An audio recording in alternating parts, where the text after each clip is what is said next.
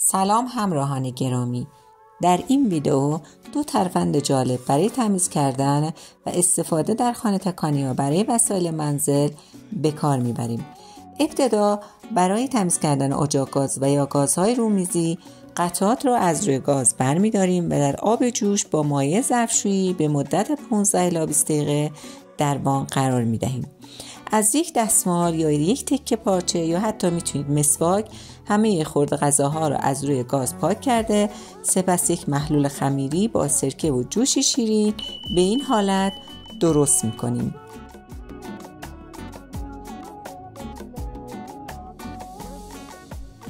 بعد روی گاز رو به این مواد آغشته میکنیم و به مدت 30 الی 40 دقیقه اجازه میدیم تا کاملا چربی ها و مواد غذایی از روی گاز کاملا جدا بشه و بتونیم با یک حوله مرطوب و یا دستمال مرطوب روی گاز رو تمیز کنیم. برای شستن قطعات گاز من از نمک و جوش شیرین و سرکه و مقداری مایع ظرفشویی استفاده میکنم. بعد از شستن اونها آب کشی کرده و اجازه میدم که خشک بشن.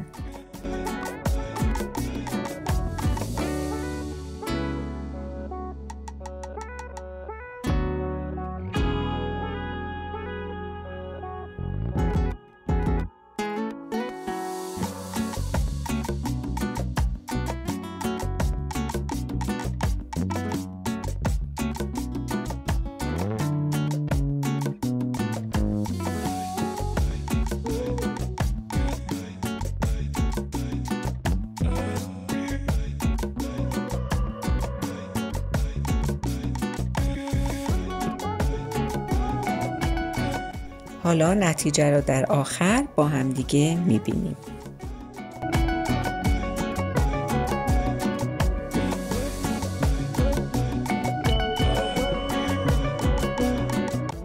وسایل سفید منزل بعد از یک مدتی به خاطر روغن و چربی و نور خورشید و یا شوینده ها مانند این دستگاه چرخ گوشت زرد میشن.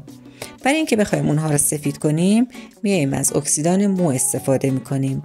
مقداری از اکسیدان مو رو روی یه پد و یا روی یه ابر و یا دستمال فرق نمیکنه اضافه میکنیم و قسمت‌های زرد شده یا همون قسمت‌های سفید رو به این اکسیدان آغشته میکنیم. بعد اون با یه نایلون ضخیم روی اون دستگاه رو کاملا میپوشونیم. نباید اکسیدان روی اون خشک بشه. بعد از چند ساعت زیر نور آفتاب که قرار دادیم با یک دستمال مرطوب اکسیدان رو کاملا از بدن دستگاه تمیز میکنیم. میبینید که چقدر سفید و براق میشه. دوستان لطفاً لایک و ساب یادتون نره.